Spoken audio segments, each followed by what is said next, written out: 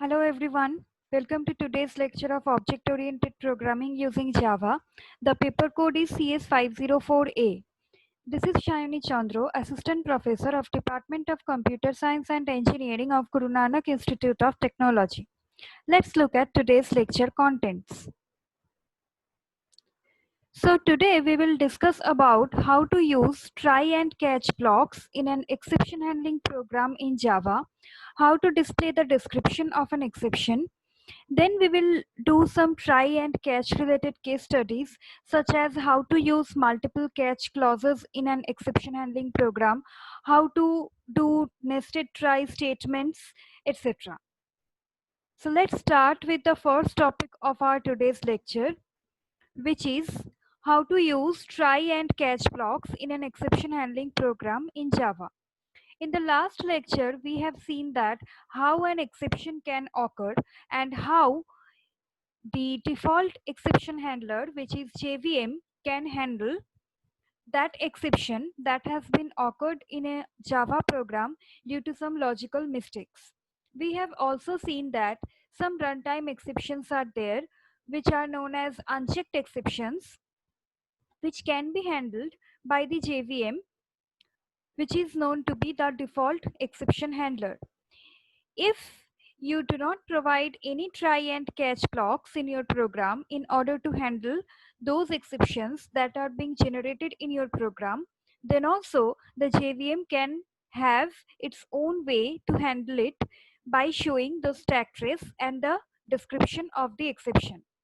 But if you want to handle the exception on your own, if you don't want that stack trace and the description of the exception to be displayed by the JVM, then you have to use try and catch blocks in your program in order to handle those exceptions. Now let's do a simple program to understand how to use try and catch blocks in an exception handling program in order to handle those exceptions that are generated in your program on your own.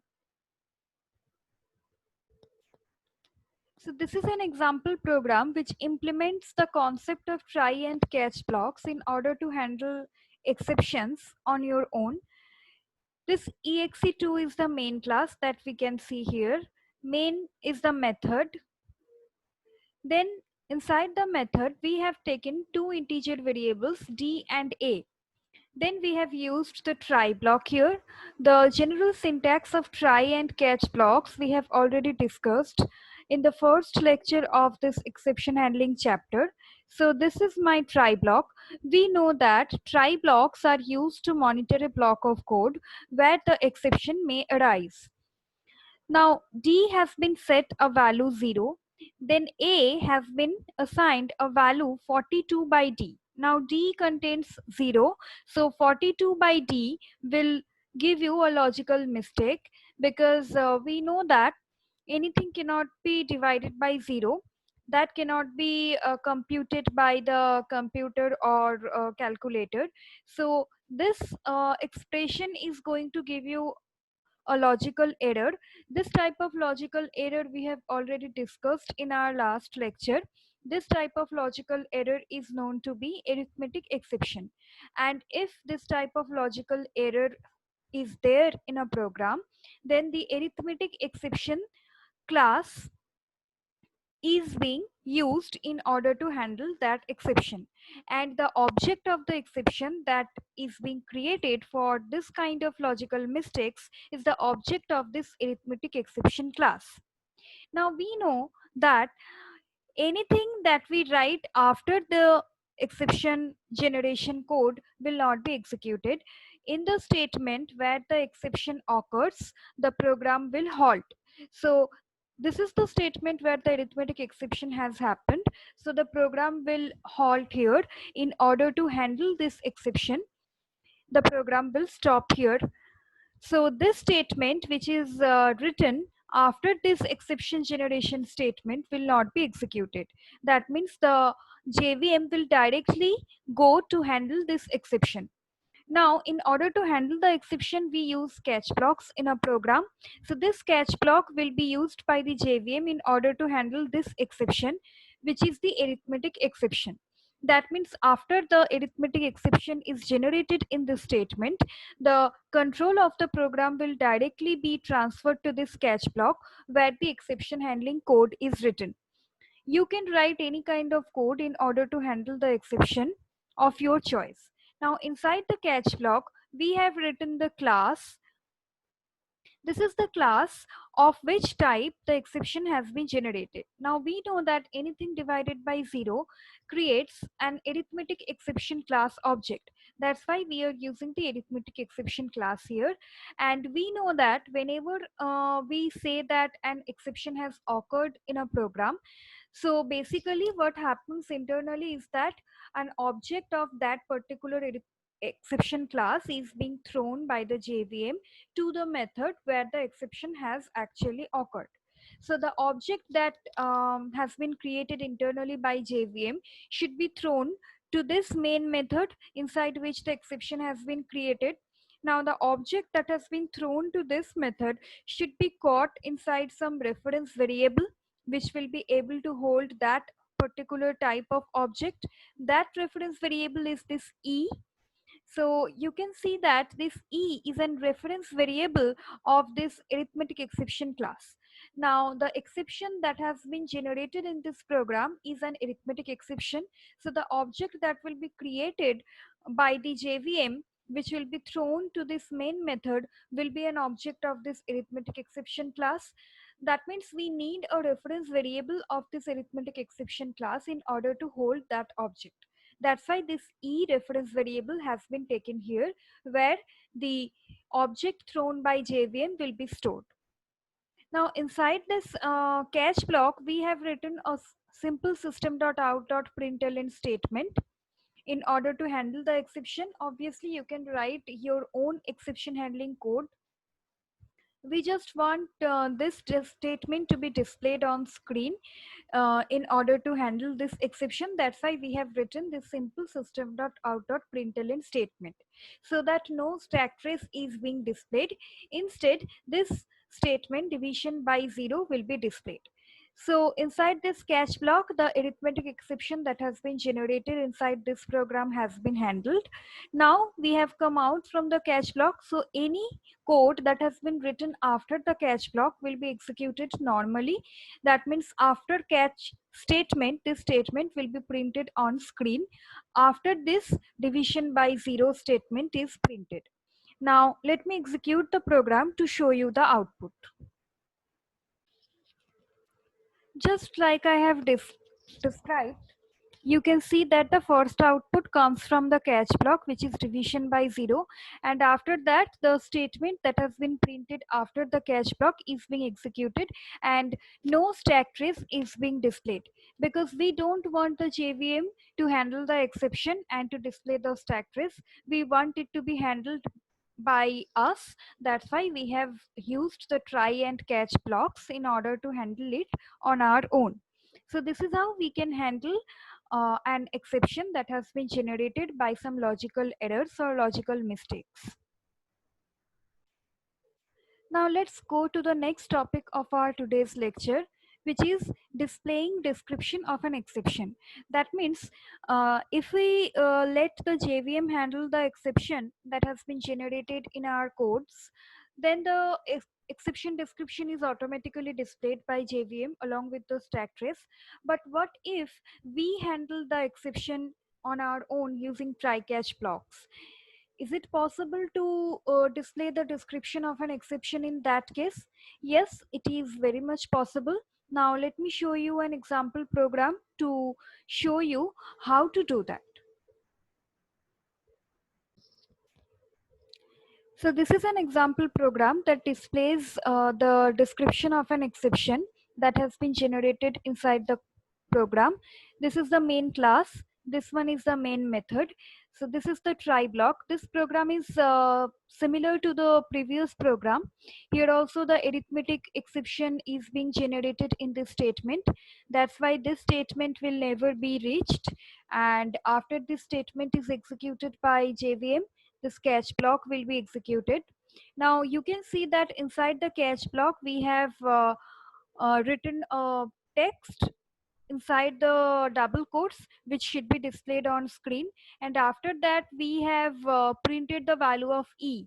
Now we know that E is the reference variable within which the object that has been created of that particular exception type by the JVM has been stored. So if we display the value of E, then it should display the description of the exception.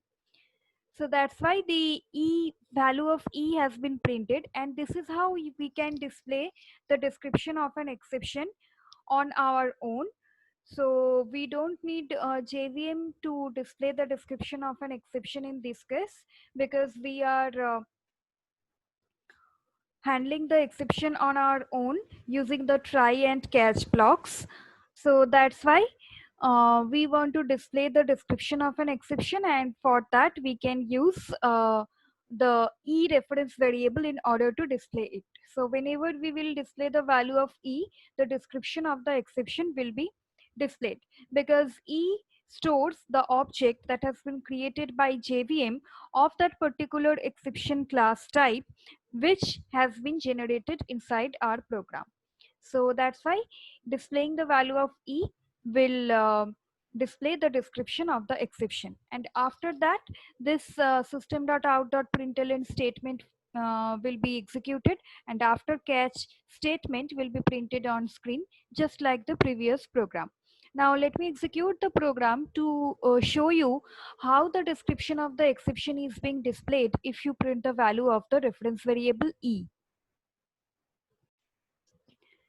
So here I have compiled and executed the program, and here you can see that exception colon is displayed because we have printed this text inside the catch block.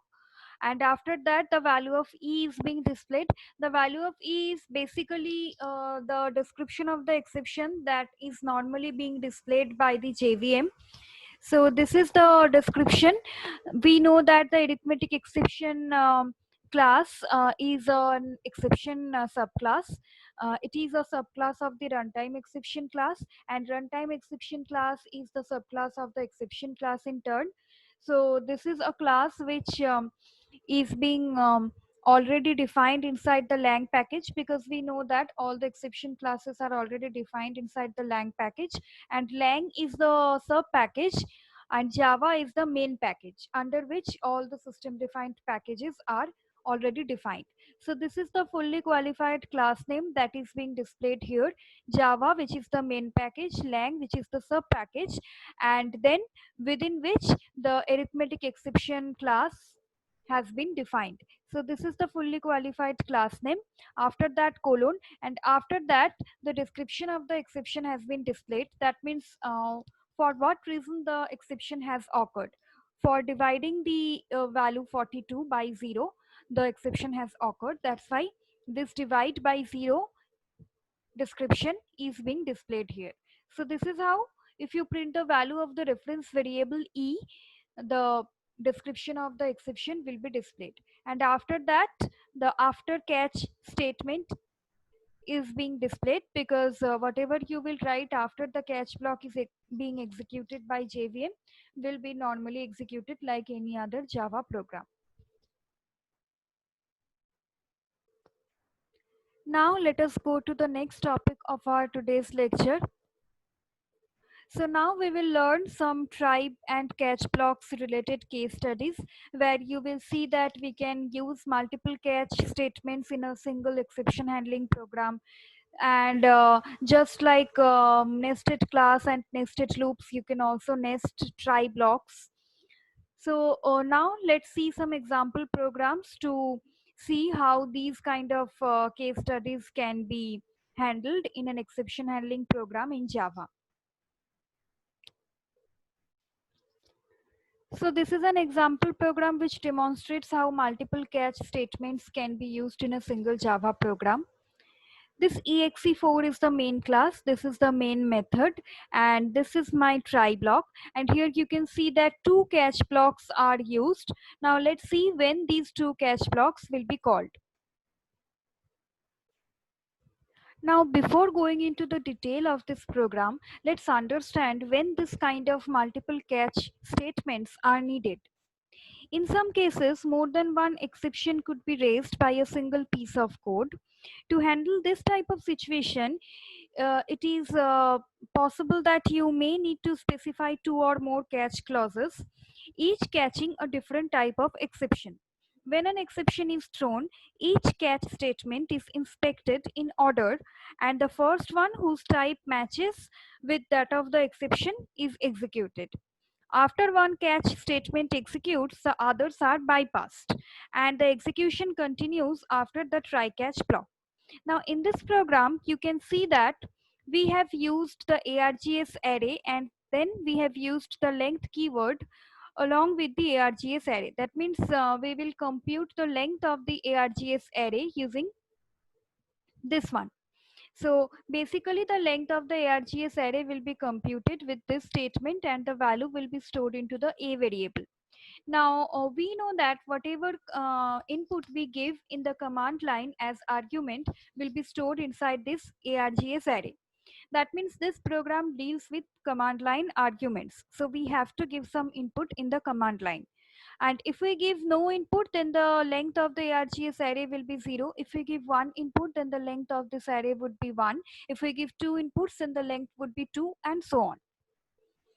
Then after that, the value of A will be printed, which will be actually the value of the length of the ARGS array. After that, the value of A will be used in order to divide 42 with the value. Then after that, an array is being taken, and which contains only a single value. That means this array length is 1. Now after that, you can see that the 42nd location of this array has been accessed, which is not possible because this array contains only a single value. So the length of the array has automatically been set to 1. So the 42nd location of this array is invalid. So if you want to access this kind of indices of an array which is not valid, then that's going to give you array index out of bounds exception, which we will show you in this program. And then we want to give a value 99 into that location, which is not possible. So here in this program, we can see that this program will cause a division by zero exception if it is started with no command line arguments. That means if we give no value into the command line arguments, then the length of the ARGS array would be 0. So the value of A will be 0. So this will be 0. So that means this statement will actually be 42 divided by 0, which should cause an arithmetic exception to occur.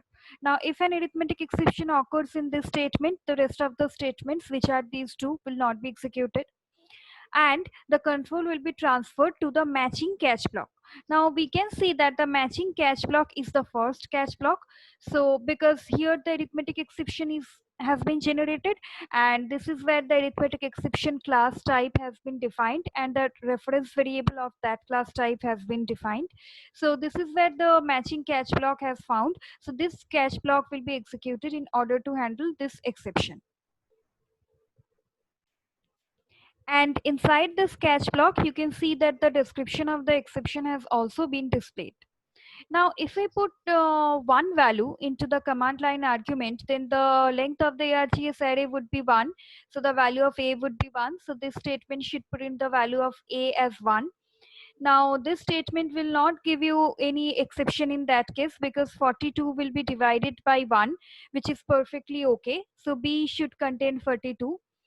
Now after that, we are defining an array which contains a single value. So the size of the array will be 1. Now we want to access the 42nd location of the array, which is not possible. And then we want to give a value into that location, which is also not possible. Now if this type of cases arise where we want to access a location of the array which is not valid, or where we want to put some value into a particular index of an array which is not valid, which is not present in the array, then array index out of bounds exception is being generated. So whenever this statement is being executed, the array index out of bounds exception will be generated, and the control will be transferred to the corresponding catch block at once. And here we can see that two catch blocks are there. Among them, this is the matching catch block. So the control will be transferred to this catch block, where you can see that the array index out of bounds exception class has been defined, and a reference variable of that class type is also defined. Inside this catch block, we have again printed the description of the exception by printing the value of the reference variable e. And after that, this statement has been printed. So this will be executed like any other statements in a normal Java program. Now let's execute the program by giving no input first in the command line arguments, then after that giving one input in the command line argument. And let's see how the exceptions that are generated can be handled by this single program. So here you can see that I have compiled the program, then I have executed the program with no input in the command line. So that means the length of the ARGS array would be 0 in this case. That's why the value of A has been displayed as 0 and the arithmetic exception has been generated. So divide by 0 colon is the text that we have displayed inside the catch block. And this is the value of E that is being displayed, that I have already described in the previous output of the previous program. And after that, this statement will be displayed, which is written after all the catch blocks. So this statement has been executed like any other statement in a normal Java program. Now let me show you, if we execute this program with one command line argument, then what should be the output. Now you can see that I have executed the program using this statement, and I have given a single value 30 in the command line argument. So now the length of the ARGS array has become 1. That's why A equal to 1 is being displayed. So now no arithmetic exception occurs. Instead, array index out of bounds exception occurs, which occurs due to accessing the 42nd index of the array, which is not present in the array C. And the corresponding catch block or the matching catch block has been executed in this case, which prints this statement or this text, and after that the value of the E variable, which is the reference variable, is being displayed, which actually displays the description of the exception. So this is the fully qualified class name of the array index out of bounds exception class. And this portion, portion which is displayed after this colon, this is actually a value. This is the value which is actually the index. In order to access this index, the exception, more specifically the array index out of bounds exception, has occurred.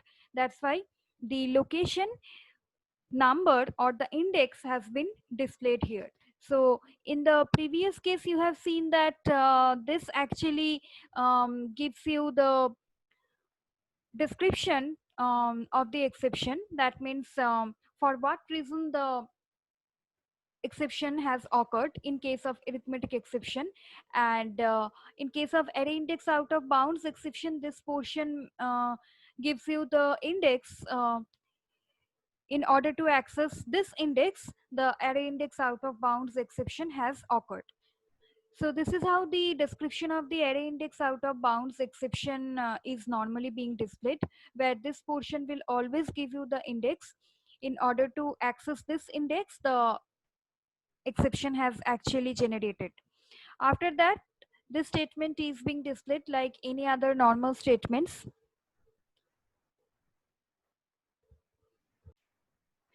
So in this case, you have seen that two exceptions are actually being generated in this single program. But you can never see that two exceptions will be generated in a single program simultaneously. One exception at a time will be generated, like the one I have shown you here, that one exception is generated at a time for a particular number of inputs provided in the command line argument. So it is not the case that for a particular exception to be generated, you have to do one program, and for another exception, if you want to generate it, then you have to do another program. So in a single program also, you can generate multiple number of exceptions, but one at a time. But if your program generates multiple number of exceptions, you have to provide the matching catch blocks also in order to handle them properly. Now, whenever you use multiple catch statements in a single program, it is important to remember that exception subclasses must come before any of their superclasses. This is because a catch statement that uses a superclass will catch exceptions of that type plus any of its subclasses. Thus, a subclass would never be reached if it came after its superclass. So in this cases, in case of Java, unreachable code is an error that will be generated. Consider this program that you can see on screen. Here you can see that this try block is generating an arithmetic exception, and after that two catch blocks are mentioned.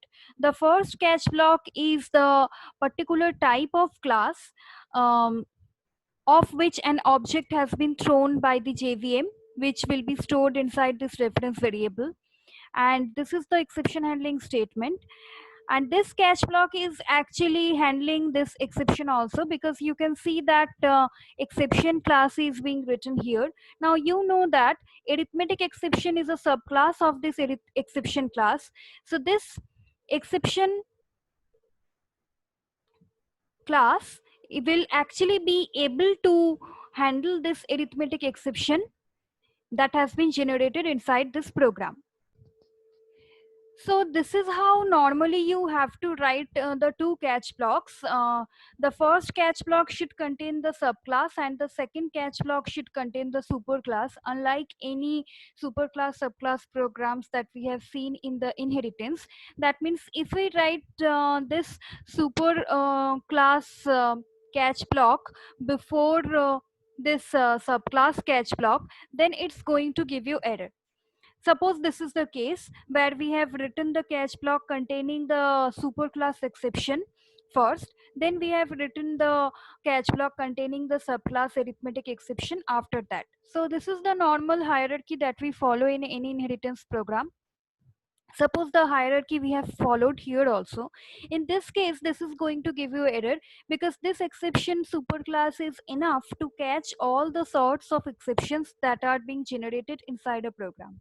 Now arithmetic exception is being generated inside this try block, which is also a subclass of this exception class.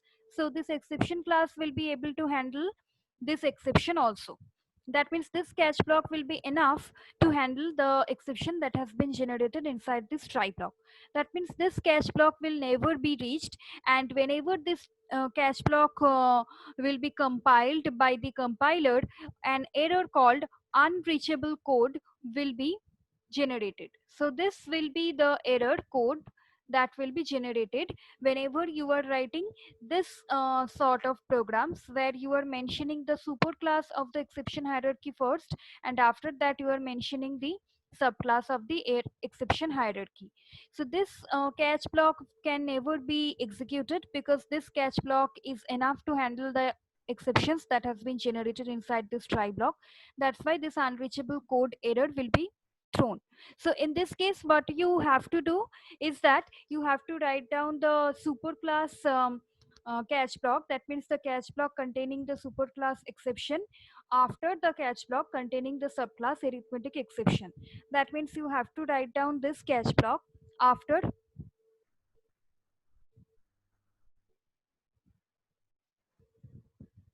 this catch block. That means you have to write down this catch block containing the arithmetic exception class before, and after that you have to write down this catch block containing the exception class. So in this case, no unreachable code error will be generated. Now let me execute the program to show you the output.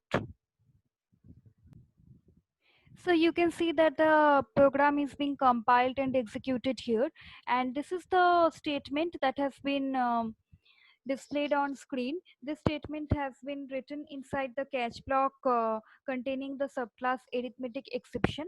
Now, as the arithmetic exception subclass is able to catch the exception that has occurred inside the try block, so the compiler is not going to the catch block containing the superclass exception. But if you have reversed the order, that means if you have written the catch block containing the superclass exception before the catch block containing the subclass arithmetic exception, then it should give you some error like unreachable code, because the second catch block containing the subclass arithmetic exception will never be reached, because the first catch block containing the superclass exception will be able to handle the exception that has been generated inside the try block.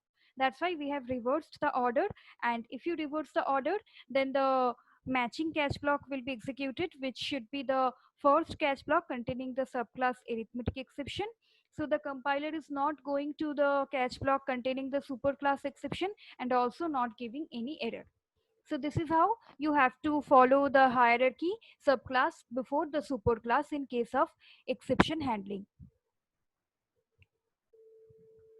Now this is another case study where you can see that the try statements are nested. That means a try statement can be inside the block of another try statement. Each time a try statement is entered, the context of that exception is pushed on the stack. If an inner try statement does not have a catch handler for a particular exception, the stack is unwound and the next try statement's catch handlers are inspected for a match. This continues until one of the catch statements succeeds or until all of the nested try statements are exhausted. If no catch statement matches, then the Java runtime system will handle the exception. Now this is how the nested try statements execute, and this is an example program which shows you how to nest the try statements.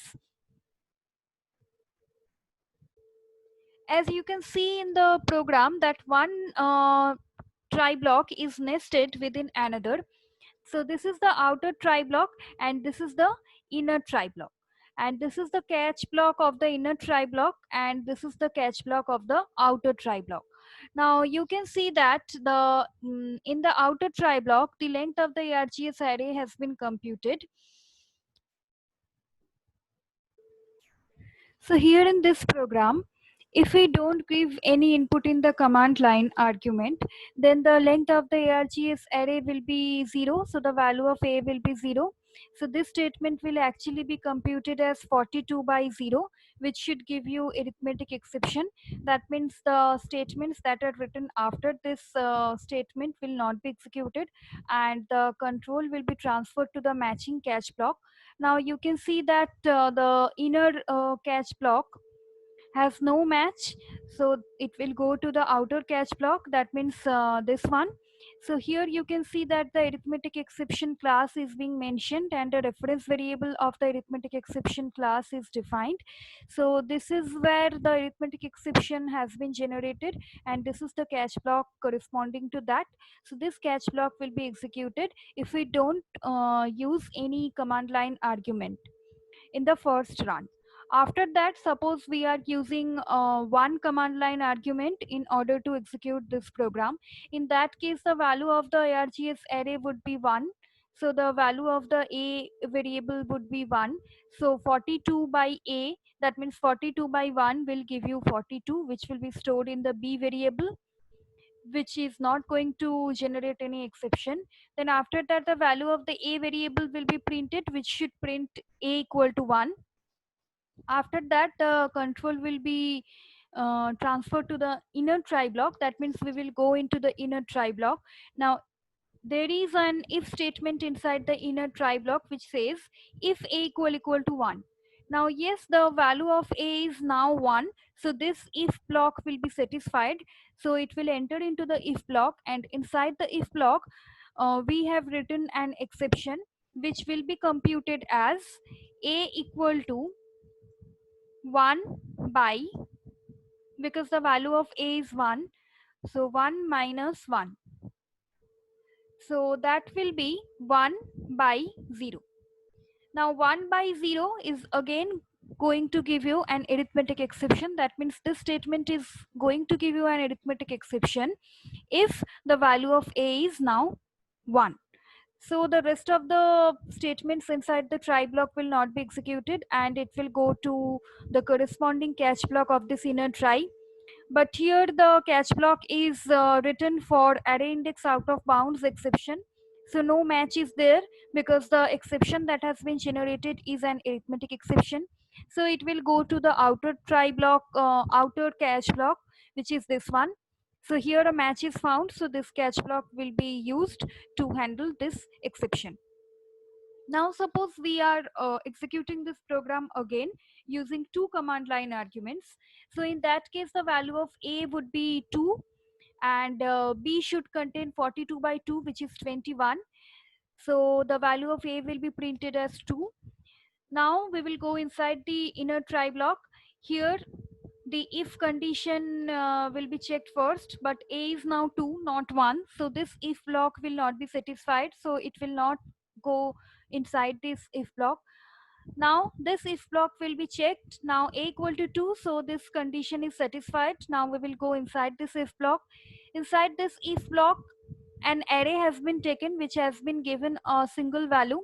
So automatically the size of the array will be assumed to be 1. But here in the next statement, we want to access an index 42 of the array, which is not valid. And then we want to assign a value 99 into it, which is not possible. So this statement is going to give you array index out of bounds exception. So after that, no statements are written. That means the control will be directly transferred to the matching catch block. So at first it will go to the inner catch block where the match has been found, because here also array index out of bounds exception class has been used.